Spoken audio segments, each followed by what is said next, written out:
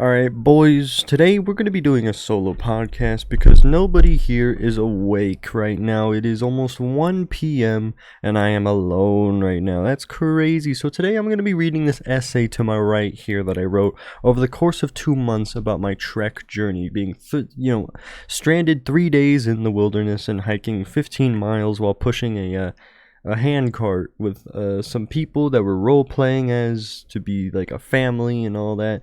Ooh. Now, I made a video about this earlier when I first came back from it, when I shaved and stuff. But this is the extended director's cut that has like full detail on what exactly happened. Now, this document is 27 pages and I pretty much have it done. I'm still trying to proofread it, but there you go. This is it. 27 pages, and it starts here. So let's just jump right into it. I don't care if this is boring, because remember, what's our motto? It's all just for funsies. So let's just get reading. This is going to be a bedtime story, I guess, so you can listen to this as you're trying to fall asleep. I'm going to get my narration mood on here. So, here we go. The prologue. My story starts back in 2014 as my older brother was finally old enough to go on trek with members of our church for the first time. I don't remember much of how we all felt about him leaving for a few days to hike, push a handcart, and sleep on the ground. The only thing I remember is when he came back all dirty and stinky. The things that my brother experienced while he was gone sounded like torture to me. I always told myself that trek was something only big and strong people could experience and have fun, if there was any fun in it at all. Fast forward to early to mid-August 2022. I get home on a Friday after school as my mum walks into my room to tell me that I have to leave at 5:30 to go to a house of one of the trek organizers to help them design a new logo for the upcoming trek that is happening later on an unforeseen date. I reluctantly prepared myself for another wasted Friday night to be spent somewhere I was not informed about beforehand. As I arrived, I was greeted by the father, so he invited me in and had me sit down at the dinner table. Him and his daughter were still getting prepared to have a pencil and paper for everyone else that were supposed to show up soon. As I sat there and waited, there were plenty of things to look at and entertain myself with because the house was and always had been a mess. There were all kinds of books, clothes, shoes, electronics from 2000s, and other random items scattered around all around the living room. Mormons are always late to events, even when they're the ones who organize it, so I'm usually one of the first people to show up, no matter what it is. As more people arrive to the house, they sit at the dinner table and I begin including them into the discussion regarding what kind of logo we want for Trek. We all had pretty good conversations about other various things, none of which I even remember after all this time, but we eventually decided on the best design that was made, of which was made by me. So they submitted it to the other Trek organizers after we all went home. As time passes, I quickly forget about Trek ever happening, but towards the end of 2022, Trek was becoming a regular subject in youth discussions during and outside of church. It was going to be a 3-day hiking and camping experience with the plan to cover at least 5 miles on the trail before we go home on the 3rd day. We were not planning on sleeping on the ground under the stars, completely exposed to the wilderness, so we need to bring everything we need in a plastic bucket with a lid over it, along with your sleeping bag and pajamas rolled up into a tarp to use as a bedroll. To keep in our tents and sleeping. It was going to be cold and wet as this was going to take place from the 23rd to the 25th of February where it's been snowing and raining where the trail is, so we needed to bring as many layers of clothes that we feel comfortable bringing, a bunch of socks, multiple pairs of shoes, and no electronics in order to immerse ourselves in the primitive era of our pioneer ancestors in the 1800s. The adults were the only ones that could bring electronics and literally anything they wanted that they could carry. The adults needed to be able to communicate with everyone's parents back at home to let them know when they could pick everyone up.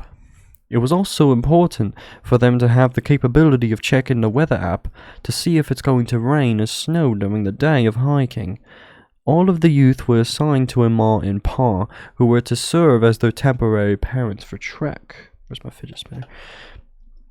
Groups or families consisted of a ma, pa, sisters, and brothers. These families could range from the ma and pa having to take care and hike with 7 to 10 plus kids. This was actually very accurate to the amount of kids the pioneers had when they were trekking across the plains to go west and get out of the east side of the United States to escape persecution. In January, it was getting closer to when we finally have to get ready and pack our things. I was in my room getting dressed after a shower.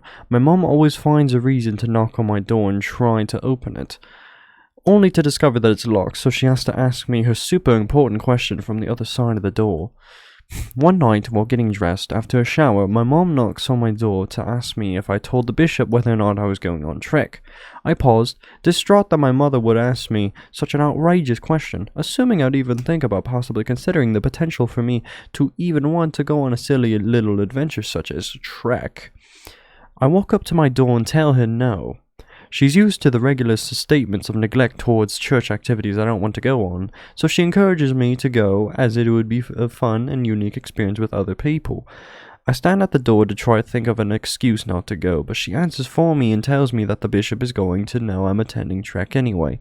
I walk away from the door and decided to give it more thought so I could come back to this conversation and be able to formulate a solid argument around me not wanting to go. More time passes by, then it's suddenly February.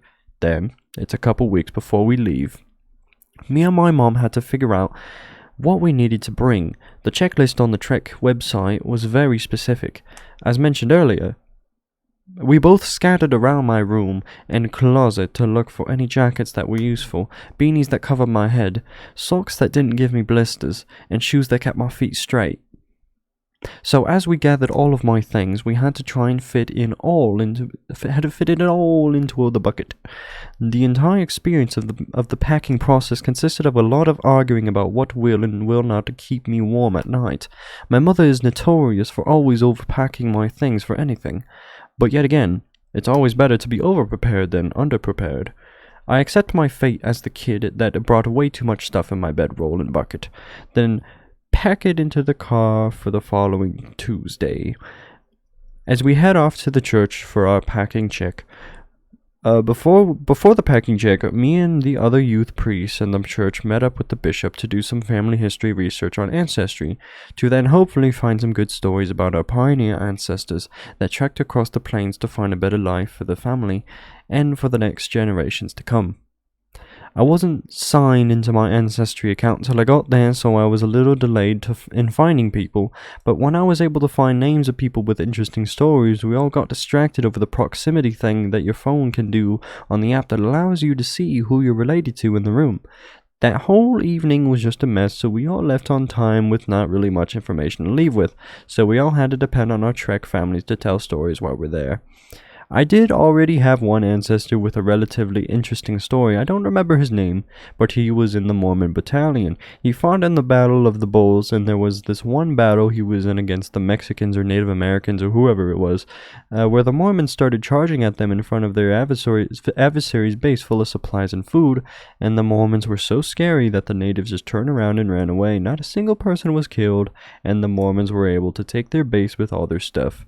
It was now the week of us leaving for trek.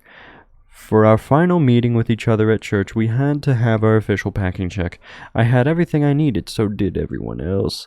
We were all so prepared that the only thing left for us to do while being at church was to have random conversations about trek. I cannot stress enough how bored I was while being there that day. The only thing on my mind was how much I wanted to leave and continue the week, just relaxing before we finally leave Thursday morning. I just sat with my stuff, listening to their conversations, thinking about how miserable trek would be. I usually have very low expectations for things that the church puts together, but there's always a trinkle of thought in my mind that thinks, maybe, just maybe, this will be fun for once. I was thinking that there could be a chance of me enjoying myself by meeting new people and hanging out with the people I already know.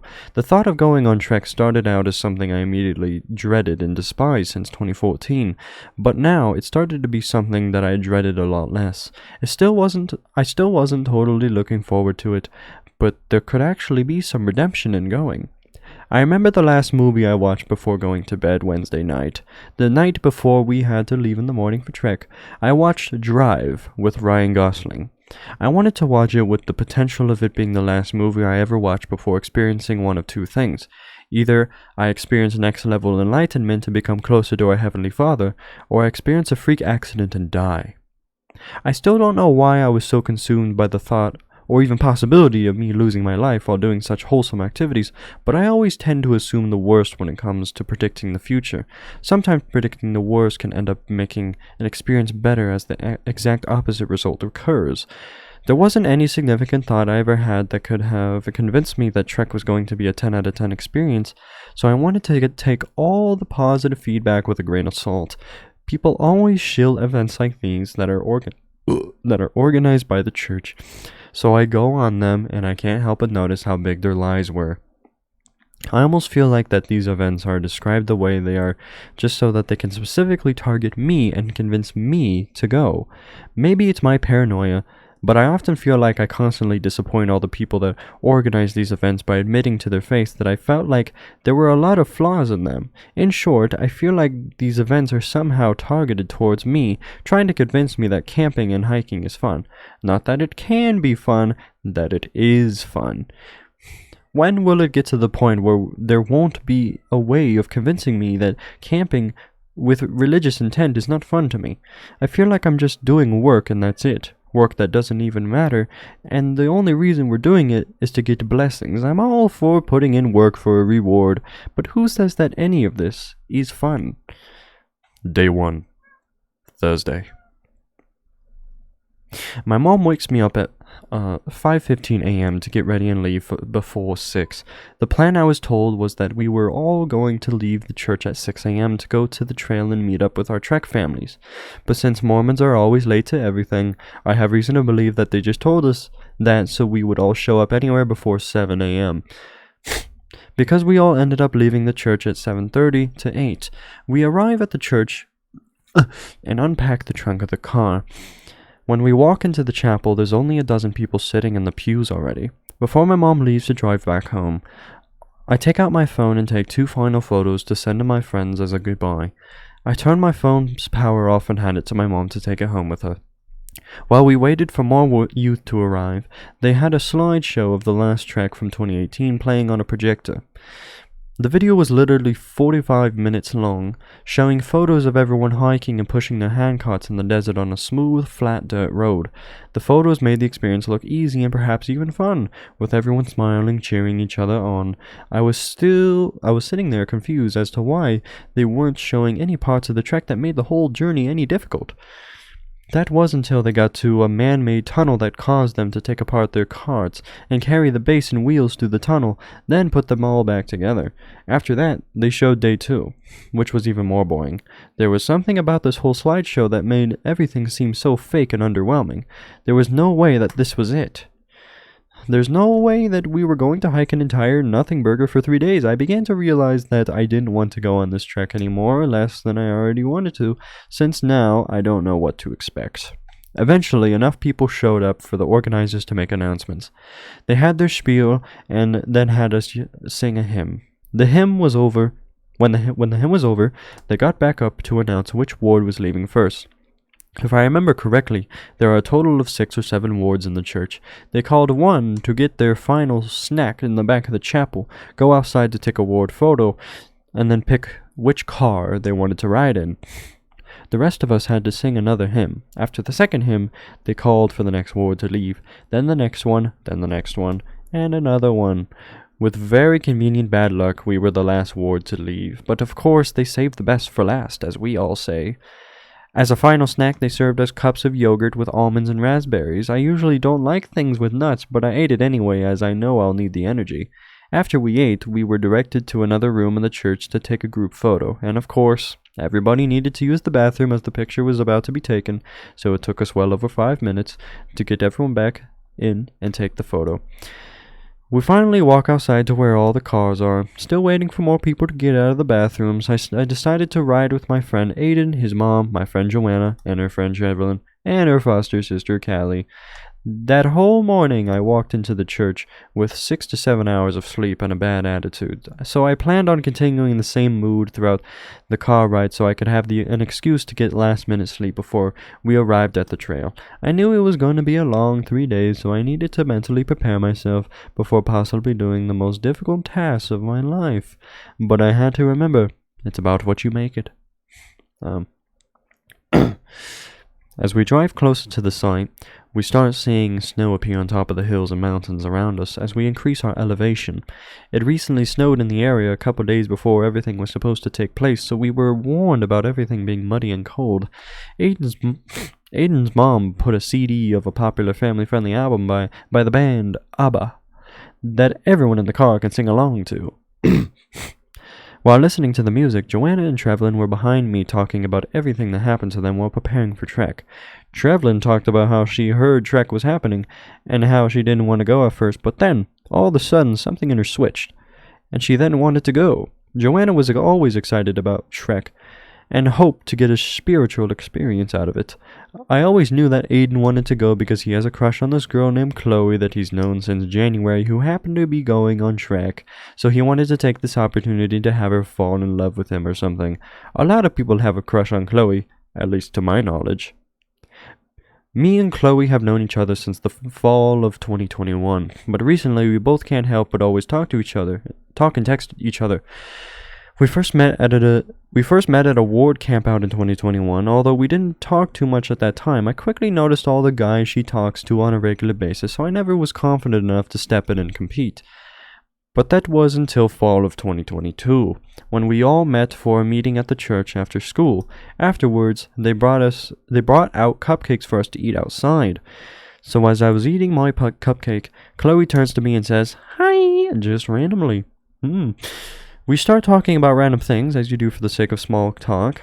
And then not long after that, we all got together for baptisms for the dead at the Tucson Temple. And we just talked in the car ride to and from the temple. We talked about our plans for college and what we wanted to be when we grew up. We got personal and talked about bladder problems, like how I got a kidney stone at 13 years old and how Chloe had to go to the hospital for an unknown digestive issue. A fun thing we decided to plan with each other was to randomly have me give her 5.5 bags of gummy bears, and then her give me 4.5 Aussie honeycomb crunch bars from the world market at an unprecedented occasion for inexplicable reasons. I've decided to buy the bags of gummy bears for when it's her 16th birthday on the 27th of April. Overall, I think it's pretty safe that we both have a little bit of a crush on each other after all this time, but the same thing can be said for all the other boys she talks to more regularly than we do with each other. We finally arrive at the beginning of the trail with all the other 190 kids from the ages of 12 to 17, and the 30-plus adults that played the role of getting the handcarts put together. Have all the kids greet their Trek siblings and make sure everyone's belongings are set and secure in the carts. I walk up to my assigned Trek family that went by the last name Larson. I immediately noticed that everyone had little to no interest in being there, as no one was talking to one another. The only person in my family that I already knew was a girl named Adrian that happened to be in my ward at church. Everyone else were total strangers. There was Parker, Emma, Rachel, Joaquin, and Nathan. In total, there were 7 of us siblings, along with the ma and pa who were brother and sister Larson. We were the Larson family. Our flag had a very interesting design that had a semi-medieval style with 4 squares centered in a shield. Each square had a graphic design that represented different things, of which I no longer remember. But Brother Larson seemed a little timid and not very outgoing as we all met each other. He was just focusing on putting the handcart together as we all held the cart in place and then continued standing around. His wife was a little more talkative, but it took her some time to adjust and being willing to open up to us that day. As all of our stuff is secured in the handcart, I start pacing around looking at all the other families, and I could barely recognize anyone. It's been a very long time since I've been at an event that gathers everyone from every family in the church together into one place. And this was just all of the teens in the church. This doesn't account for all of the other parents and younger siblings. Right next to our cart, there's a tree stump with a small branch sticking out of it. I grabbed the branch and pulled it off very easily.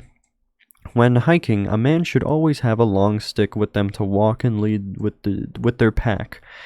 I continued pacing around with the stick in my hand, and as the track leaders required everyone's attention during our opening hymn and prayer, I rested the end of the stick on the ground and started twisting and rotating it into the dead grass around me. This would break and pull the grass out of the ground, have the grass wrap around the stick and create a sort of a shoe for it. This gave me no tactical advantage whatsoever, but it gave my stick a sort of an accent. It looked very cool and made my stick very distinguished from the rest. I had to throw away multiple sticks throughout each of the 3 days, and not all of them I twisted and had a bunch of grass wrapped around it, but at least I always had a stick to hike with when I'm not pulling the handcart. That's crazy. After 20 minutes, it was finally time for us to leave. The trek coordinators wanted to organize us in a specific order that had me and my family in the very back of everyone. So they individually called everyone to start moving their cart, then we were on our merry way. As me and my brother Parker were pulling the handcart, we noticed that it wasn't as heavy as we thought it was going to be. Even with all of our buckets and sleeping bags in the back, me and my family still didn't really talk much, but after a few minutes me and Parker started talking about all the mud that's everywhere. Then the conversation quickly shifted to the shoes we were wearing. Funnily enough, both of our shoes were hand-me-downs. The hiking shoes I was wearing were pairs I've worn multiple times on hikes. They were very reliable and can be very comfortable if I tie the laces correctly, or else I'll get blisters, like last time I went on a 10-mile hike in the mountains. Me and Parker would go on and off with talking about things as we're constantly out of breath while pulling the handcart through thick and thin, going up hills, down hills, and through small streams of water.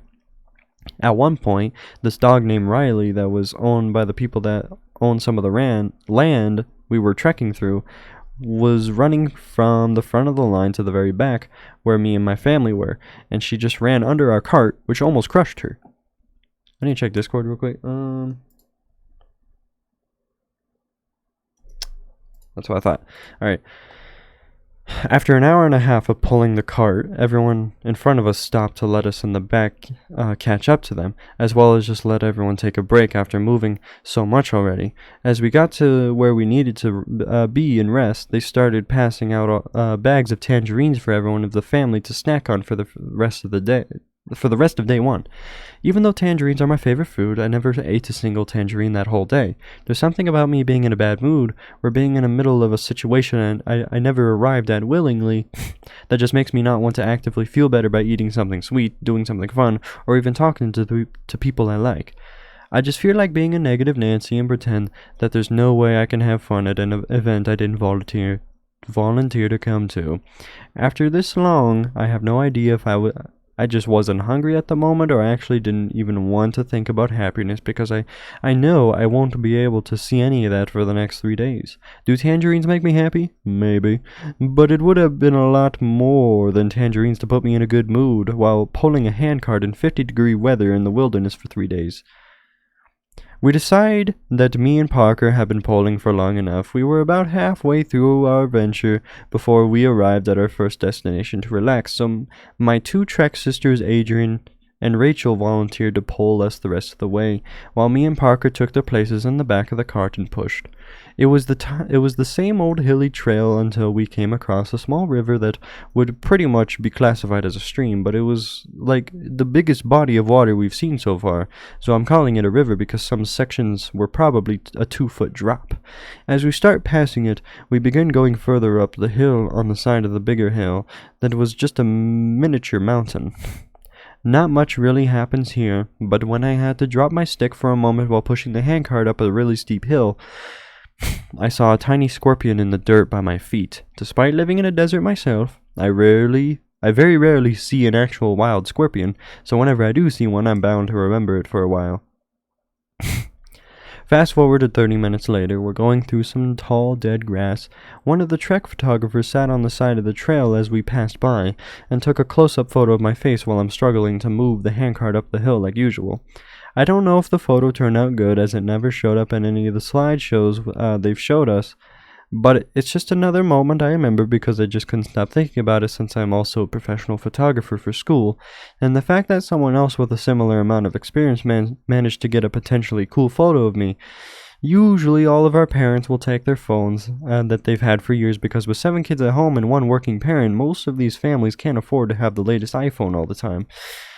But the point is, everyone at the church tends to have an older phone, but they have high income because all the dads work at Raytheon, but not enough money to go around for everyone a lot of the time. So as we usually get everyone's mom to take photos throughout all the campouts, have them get compressed through text, thus making them 70 kilobyte files at 144 pixels. Having several professional photographers with cameras worth $2,000 was very refreshing. However, I shaved a couple days before the trek started, so I had officially revealed my never-seen-before baby face to the world.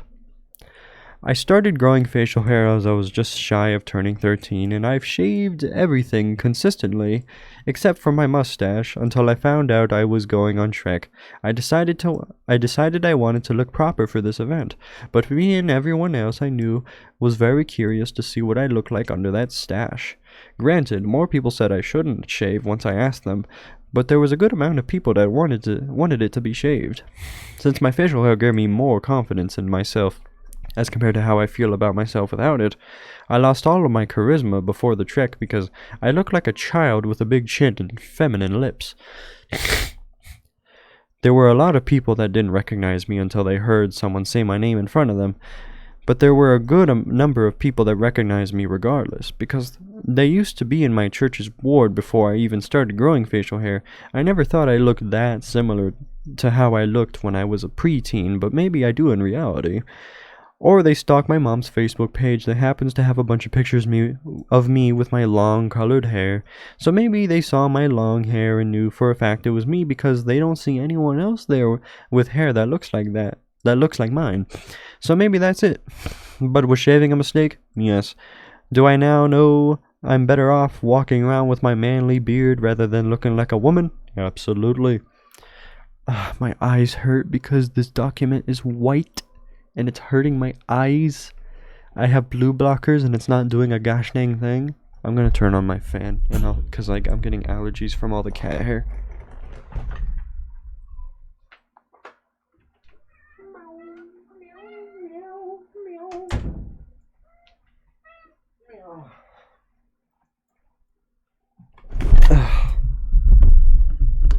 Okay, where was I? After our first half of the trek was finally over, we arrived at our destination. This was our first resting spot that allowed us to eat, relax, talk, and explore a nearby cave. Me and my family had ham and mayo sandwiches that actually tasted really good since I am one of those rare mayo fans that eats that stuff like it's nothing. We all had a conversation about our ancestors who were in the original Mormon trek in the 1840s. Not very many of us had solid stories, as my story was based around one of my ancestors that was also in the Mormon battalion. I already read this part, so let me skip this.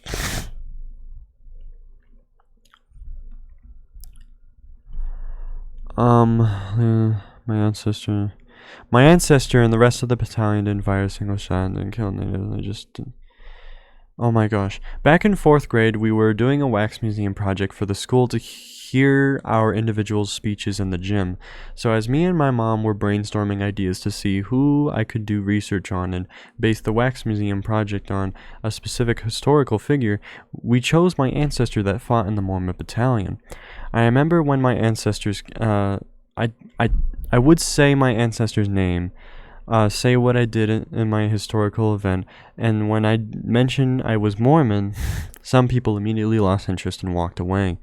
I don't know if they had something against Mormons, but it was weird to me that I would spend all this time preparing my script that I had to memorize by heart in order to get a good grade on my project, get dressed up in very detailed military gear, speak in front of a random kid's parent in the gym, only for some of those people to get through 5 seconds of my speech before walking off and listen to the next person. Kimber, you're so fluffy. You can't help it. You have a jiggle jaggle. When you run, you go flap, flap, flap. Get your tail out of the way. I'm gonna push you off my desk. I don't have time for this, Kimber. We're already 30 minutes in. You're so baby. You have no business being this fluffy. And you knocked my mouse off of the desk.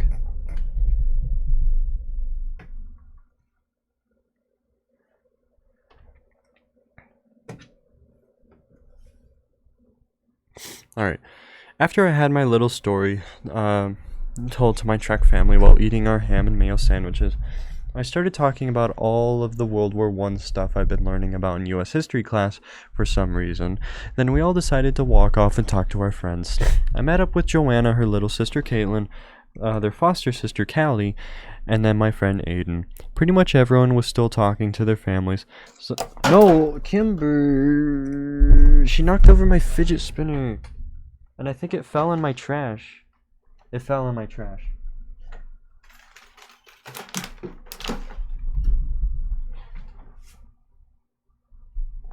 That's my favorite fidget spinner.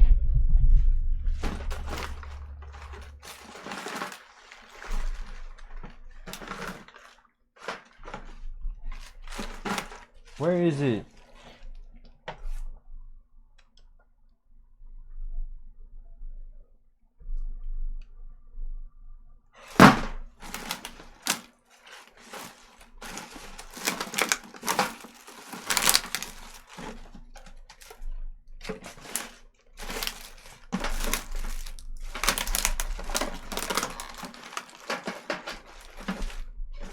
Kimber, where is it?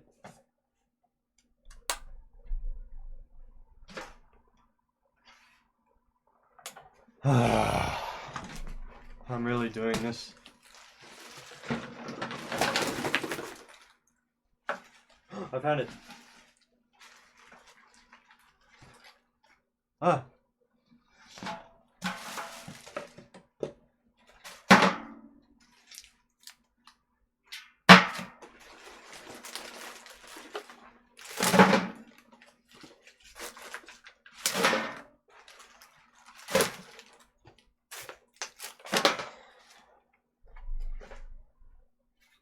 You better try this.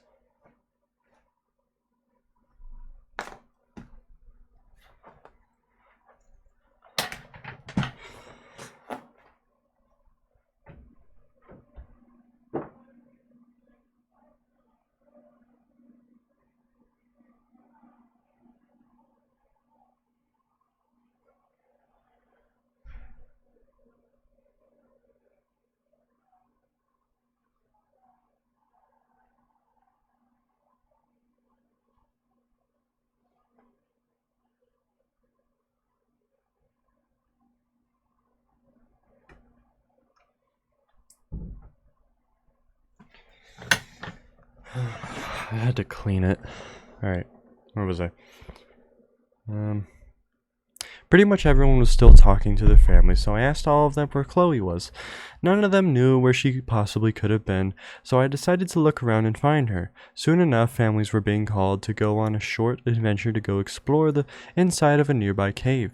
So I ceased my search for Chloe and went with my family to the cave. On the trail, there was a stream that recently formed through the ground that led to the entrance of the cave. We had to wait for the previous group to finish exploring, so to occupy my time, I decided to take my stick and carve out the stream a little more and increase the flow of the water. I felt wise while partaking in this magical activity. I felt as if I was a follower of Mother Nature herself, dragging my stick through the sand and gravel to create a small river that serves its purpose of quenching the thirst of all the animals around it. My independent task inspired others to follow my footsteps and help me carve out the stream a little more. For a good 5 minutes, we were all followers of Mother Nature, fulfilling our duty to supply this deserted land with fresh water that melted from the recent snowfall, and hydrate the wildlife around it to then complete the circle of life. Once it was our turn to go through the cave, the coordinators told us to stand outside the cave and huddle together. Soon a woman started speaking and told us her name and said that she was going to tell us her story of how her ancestors went on the Mormon trek to find a better life, away from her father and away from her hometown. She grew up in England with her father, who was a part of a different religion. She eventually heard about the Mormon Church from a missionary she grew to be very fond of in this foreign faith. The then told her father that she wanted to sail across the Atlantic and live a more holy life. Her father was outraged by this news and even threatened to kill her if she made this decision. She was very scared but decided to get baptized in the church and run away onto a ship so she could arrive in the States. Before the trek, there was a lot of persecution towards the Mormon church, so Mormons collectively decided to pack and head west to find a better life. While hearing this story, me and everyone else were very touched, but before we ventured into the cave, she offered our trek parents a bag of dry meat as a symbol of the woman's story, and for us to eat the meat for dinner once we got to our final destination for the day. We then go into the cave and are greeted with a natural skylight from above. The first thought I had was all the animals that could have fallen through the hole in the ceiling of the cave. We kept moving through, then came out of the other side to head back to the others. Not much was in that cave, but hearing the woman's story and then visiting a magnificent carving of nature afterwards was really relaxing after 3 hours of pushing a handcart through a hilly desert. I continued looking for Chloe, but there wasn't a trace of her anywhere. The only reason I had even a little bit of excitement while preparing for trek was to finally spend personal time with Chloe so we could really get to know each other better. I wasn't giving up that easily. I saw people climbing a big rock next to the camp, so I ran over and started climbing up to them to get a large view of everyone below to try to see if I could find Chloe. As I'm climbing up, the people already on the rock asked about who I was, but one of them already knew who I was, and that's because we go to seminary together. Her name was Abby, and we've known each other for 1.5 years by this point. I asked all of them if they knew where Chloe was, but none of them knew who that was, so I moved to the top and scoped out the area. I sat up there for a few minutes trying to look for her wearing her plaid outfit as her family's theme. That was Scottish immigrant stuff. Not a single Scottish Chloe was in sight, so I gave up and got down from the big rock. As it was soon time to leave and continue our journey, I accepted my fate with not being able to talk to Chloe for a little bit longer, so we all packed our carts again and went back on the trail. As usual, there were just more hills, grass, wind, streams, and mud. I don't remember a dang thing that happened until we arrived at our final destination for that day. So let's rant about my trek brother Nathan. Nathan has Asperger's, so he was very unself-aware throughout the entire trip. He would always overreact to everything, like if there was a bee going down a hill a little bit fast, going over too many rocks, or even if the coordinator's horse made a noise. He also had a speech impediment that made him stutter and slur half of the words he says. I've had a few conversations with him, and I always made sure I talked the most to keep the conversation smooth and digestible. It's obviously not his fault that he has these problems, but it was another trial I had to get through when going on the trek for 3 days. I don't have a lot of patience for people with noticeable mental disabilities. I've gone my whole life having to deal with very annoying children and very clingy teens. It takes a lot for me to lash out, so me and Nathan never really had issues with each other, but he still got on my nerves a little. Whenever he's in the back of the handcart trying to pull it as it's going down a steep hill, he'd chicken out and let go because the wheels are moving just a little bit off track. And then if the horses made a noise, then he'd mimic them in a very obnoxious way to the point where he is practically screaming. Let me drink water. We've got a long road ahead of us. We finally arrived at the campsite. The first thing we see is a line of people ringing cowbells and congratulating us on making it to the camp. Around them seemed to be a collection of small logs, tables with various objects on them, and sealed cardboard boxes. Since we were at the very back of the line, we were greeted by a crowd of people greeted by a crowded and cramped opening of land with some trees scattered around. We were forced to compromise our space, so we set up our tents back to back with other families.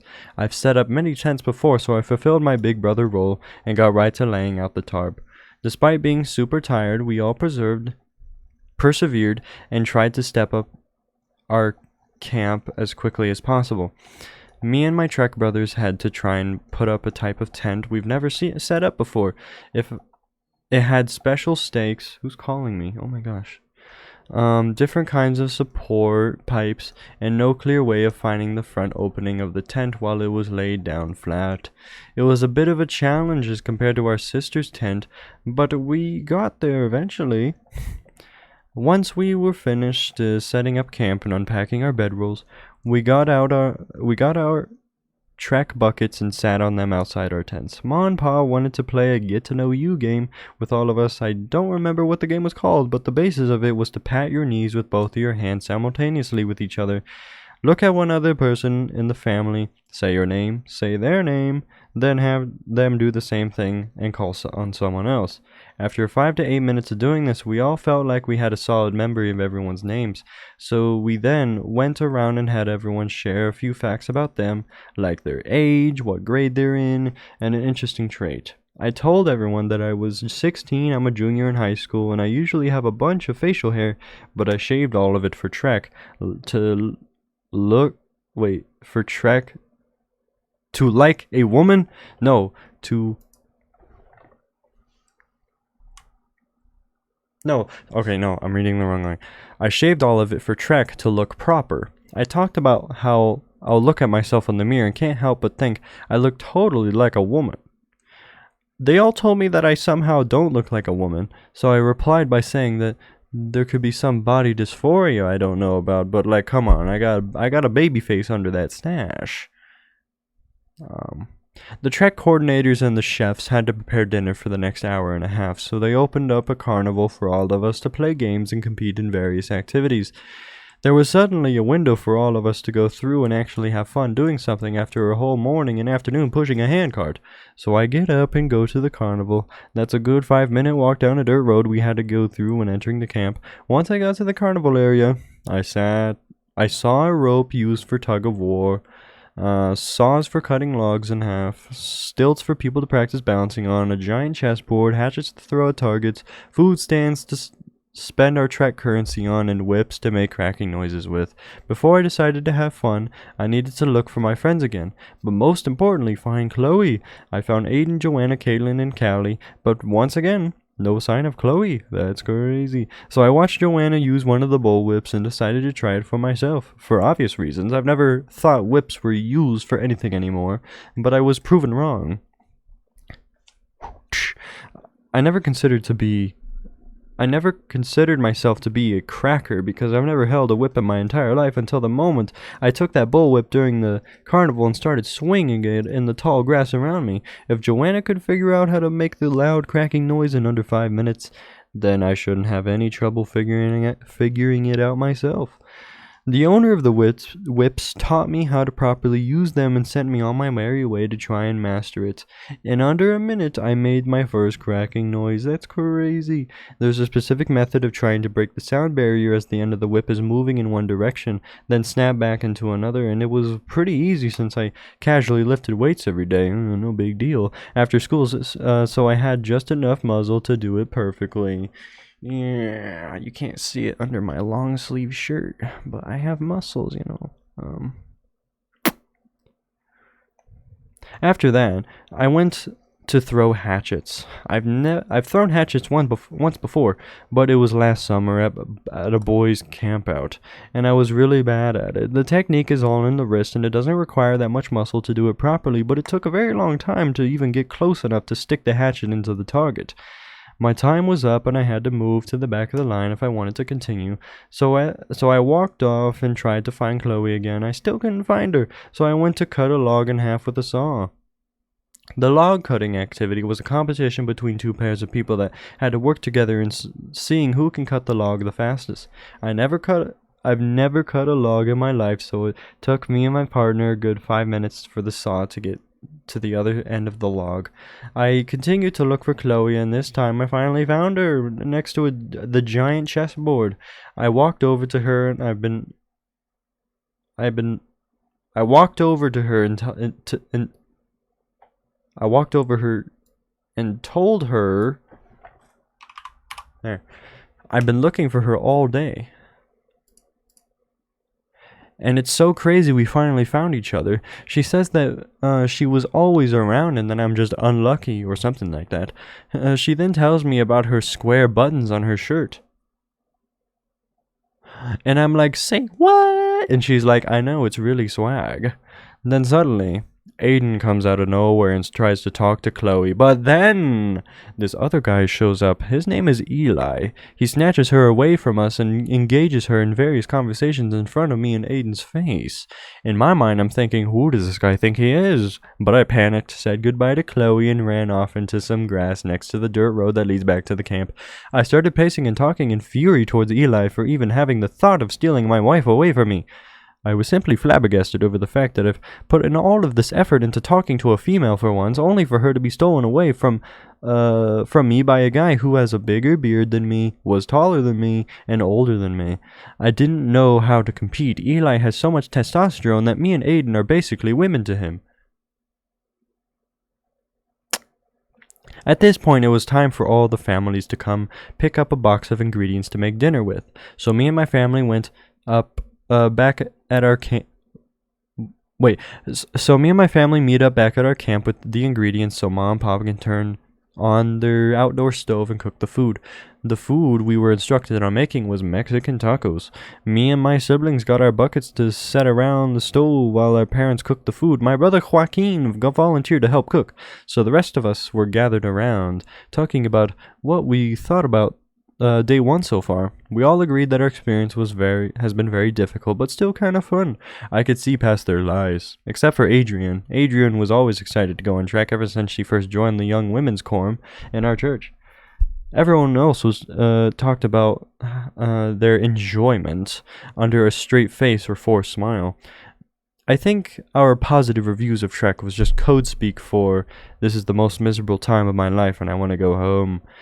While we were all talking, I decided to start writing about my experience so far in a Trek journal the coordinators gave us at the beginning of the day, because I know I'm going to start forgetting about everything that's going to happen during our amazing Trek experience. My sister Rachel noticed how much I was writing and complimented my handwriting. I explained my motivation about wanting to document the entirety of the Trek so I can tell stories about it in the future, like I'm doing now. I started asking everyone about all the things that happened today and what was the most difficult part. As they answered, I wrote about it, then quickly ran out of room on the day one section of the journal because of how much stuff happened that day.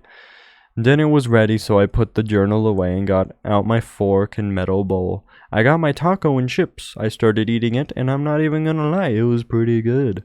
I usually don't like Mexican food, but my taste buds are always developing. It's all actually starting to taste very flavorful. That's crazy.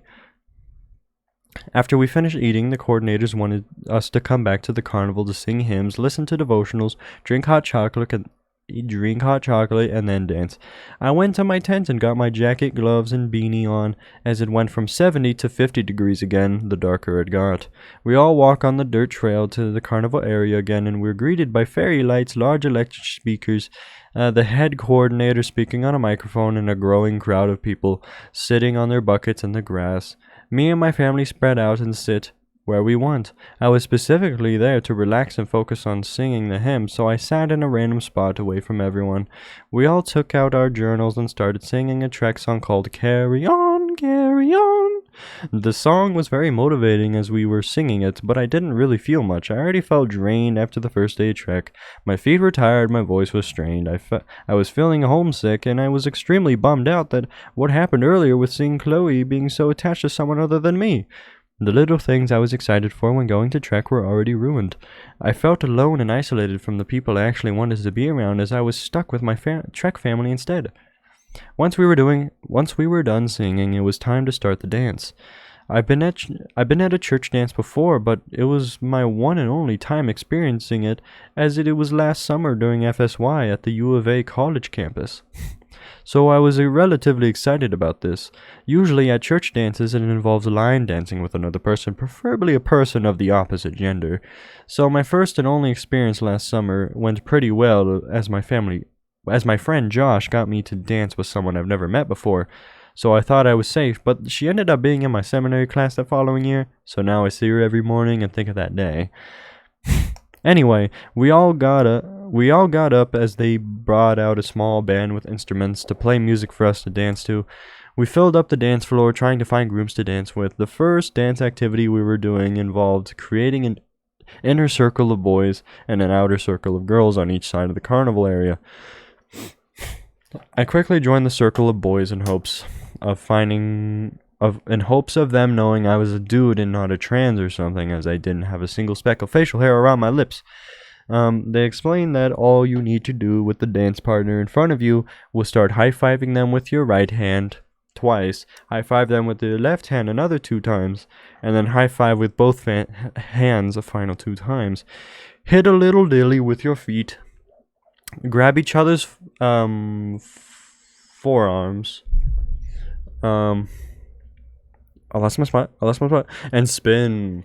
Come back. Link with each other's elbows on the other arm and spin and find yourself with your new dance partner as the circle of boys move clockwise and the circle of girls move counterclockwise. That's crazy.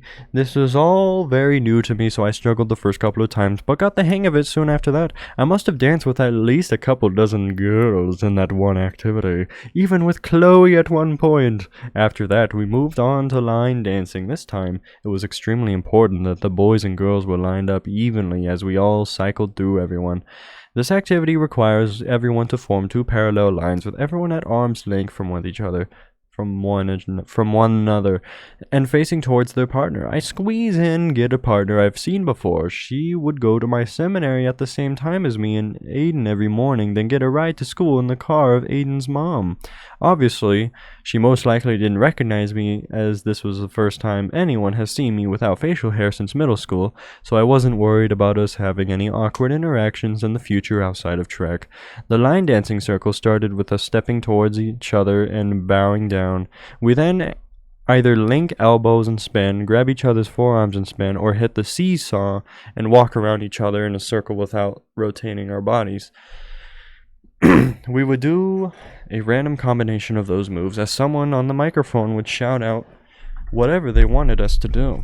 At the end of that cycle, a couple on the north end of the parallel line will link both hands, look towards the opposite side horizontal from the end they were on, skip down the line together, skip right back to where they were, link elbows and spin, then disperse and spin with everyone down the 2 lines until they make it to the other end and create a bridge with their hands linking up from above their head. We all peel the banana, grab our partners, and run under the couple's bridge, meet right back where we were and repeat the cycle. This was a handful of steps, but we got the hang of it pretty quickly. We repeat the cycle for about 10 to 20 minutes. I lost track of time pretty quickly, and we close off with a closing song. This song in particular was the instrumentals of "We Like to Party." We like to party, with the lyrics being provided by all of us as we went through a very specific dance cycle. Our scripted version of the song was something about tightrope. Yee-haw! Crumble. You want my sandwich. You can't have my sandwich. I remember watching everyone at FSY do the same thing during those church dances, and I never I was never amused or encouraged to do it, so I stood to the side and watched everyone else use up the rest of their energy for the night. Since it was getting below 50 degrees, I brought my jacket, gloves, and beanie in the beginning, but afterwards I was so hot and sweaty that I couldn't dance anymore.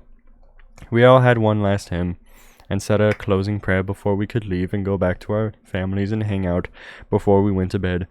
As I was getting my bucket, I noticed that my Trek journal was missing. I began looking around the area to find it.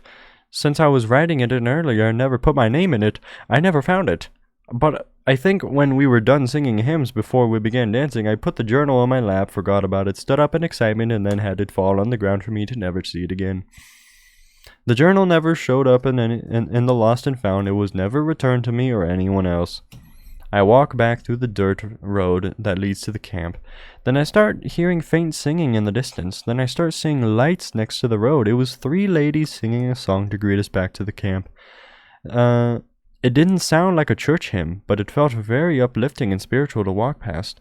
I was the first member of the Larson family to make it back to the camp, so I occupied myself by going through my bucket trying to find another pair of socks to put on and sleep with during the night. As we all were able to meet up one last time for the night, We had a family home evening devotional provided by our parents to end off the day with a spiritual thought. So when we were all done, we go into our tents and try our best to sleep through everyone else around us in their tents, making a good amount of noise. People always say, get up, walk around. Wait, people always say that all the sleep you need is 8 hours once you're in your teen years, but I usually need 9 hours. Or I get up, walk around, and act like a zombie. I take sleep very seriously when I need to get up at 6 in the morning. I take off my shoes, replace my socks with warmer ones, slip in hand and feet warmers in those new socks and in my gloves. Take off my jacket, put on my pajama pants, put on a hoodie I packed in my bedroll, put on 2 beanies, put on a neck warmer, huddle into my sleeping bag, cover it with a leopard print blanket, and tried to fall asleep before anyone else in the tent starts snoring. The night didn't get super cold, but it was really hard to sleep due to how uncomfortable it was to lay in a sleeping bag for the rest of the time since last summer at boys camp.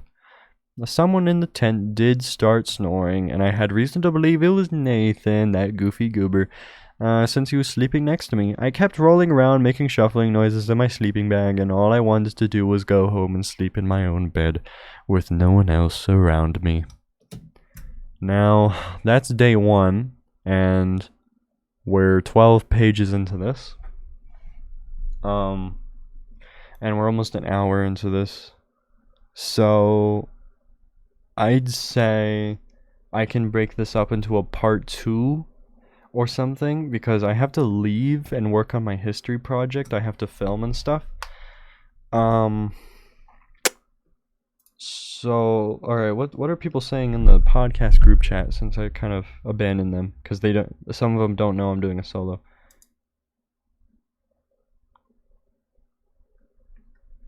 Alright, I'm gonna tell them.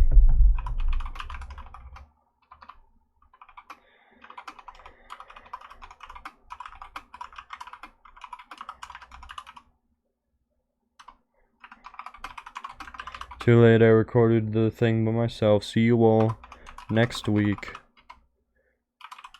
Follow all the social media. Bye-bye.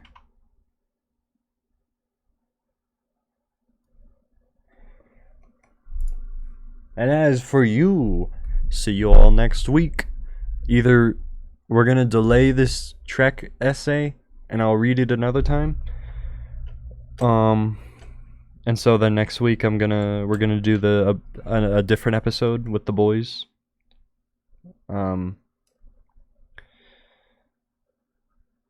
Or the next episode will be the rest of the Trek essay. It depends on if everyone's gonna actually be available at the time I want them to be available. Like, the boys are ready to record now, but they weren't an hour ago, so I had to do this by myself for the week. So they need to be more responsible with their time management. That's about it. Alright, remember our motto? It's all just for funsies. Sub to the main channel. We're uploading weekly on there as well. Follow the Twitch, Twitter, Instagram, TikTok, and join the Bloody Discord server. I guess that's about it then. Follow all the social media. Bye bye.